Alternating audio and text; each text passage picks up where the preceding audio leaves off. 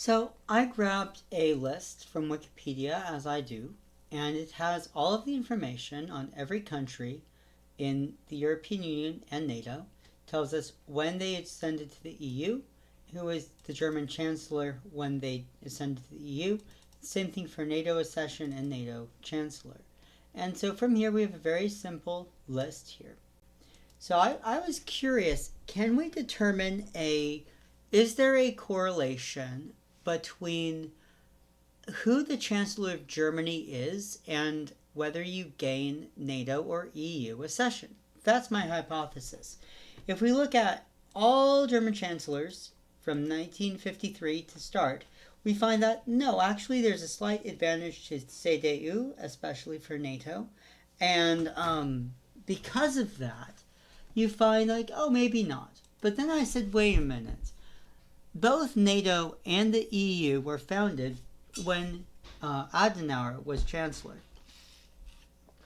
And I said, well, what if we take Adenauer out of the picture? Because he was a founder of both organizations. The European Community, Coal and Steel Community, same idea.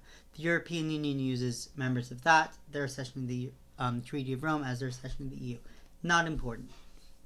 And so I said, I only want countries that joined after 1963, and wow. There is clearly a trend that since Adenauer, there have been 13 countries each which have joined both NATO and the European Union under SPD. 4 countries have joined NATO and 8 have joined the EU under CDU. So this is not a very strong correlation, but it does seem that if you are looking to join the European Union or NATO, best to do it under when a SPD chancellor is in office. And if we look here at NATO, you see until 2004, pretty much, every single country that joined NATO between the end of Adenauer's term and, also Germany was not part of the original. I need to take this out because if you joined NATO before 55, Germany is not relevant to your case. So let me do a quick correction because Germany was not relevant until then. So we need to take them out. Save. The European Union Germany's obviously a founding member of the European Union, so that's a different story. I just removed NATO Chancellor before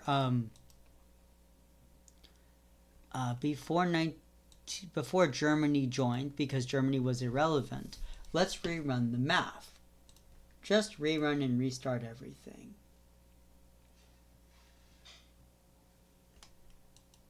That is interesting.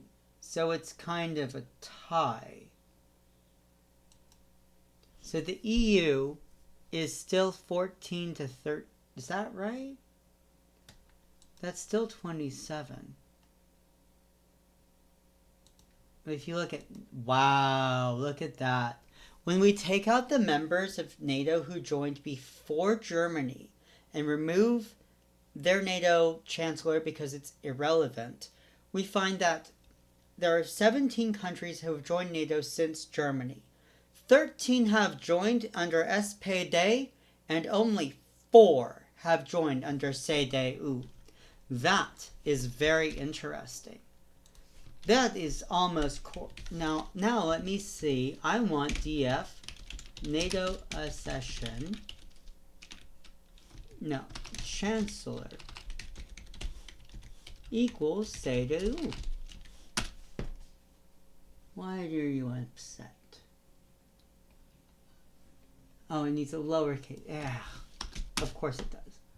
And the only 4 countries that have joined NATO since Germany under a CDU chancellor are Albania, Croatia, Montenegro, and North Macedonia.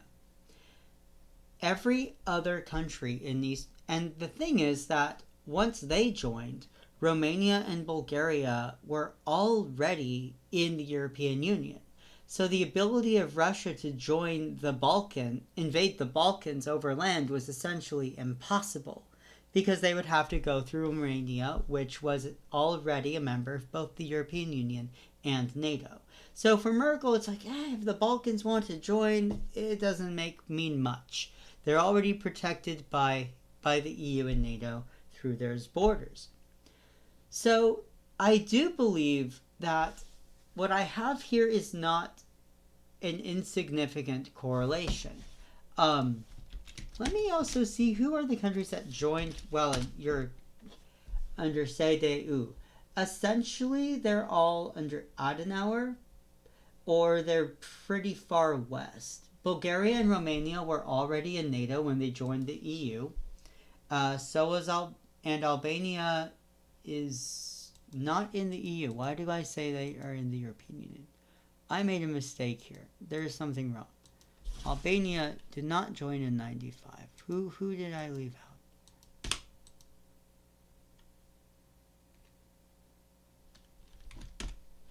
That is wrong. Let me fix. I made a mistake. I literally just threw this together in a second. It was a very simple task. So here's a more correct. All of these under Adenauer. Portugal is irrelevant. Oh, let me resort. At the same time as Germany, Portugal and Spain are so far west, who cares? Finland and Sweden were 95. Finland was already so wealthy and westernized that who cares? Romania and Bulgaria was in 2007, but they were already in NATO, so who cares? And Croatia is a Balkan, so who cares?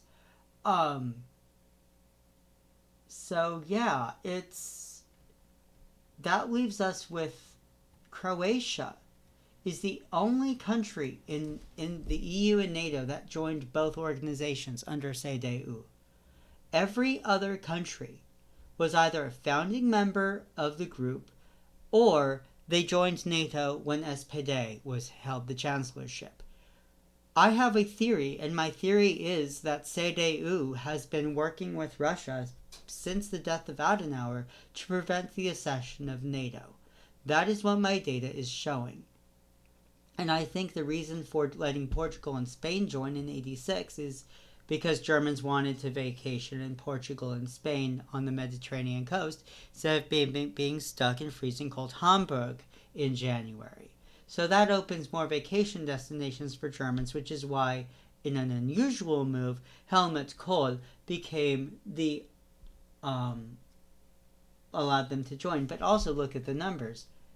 They were already in NATO. So they're already in NATO, so who cares? Leaving Croatia as the only country. Yeah, I mean, if you look at 2008 with the treaties discussion with Ukraine and Georgia, we find that it was Germany that specifically did not allow Ukraine or Georgia to join NATO in that year.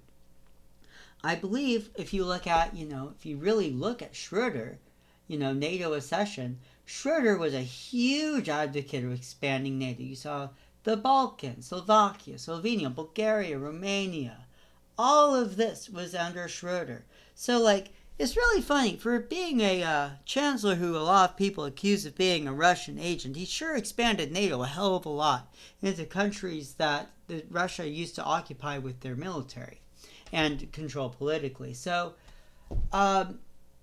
that's pretty much it. That's my rambling. The data is pretty decisive, and it shows very clearly that the reason why NATO expansion, with the exception of Croatia,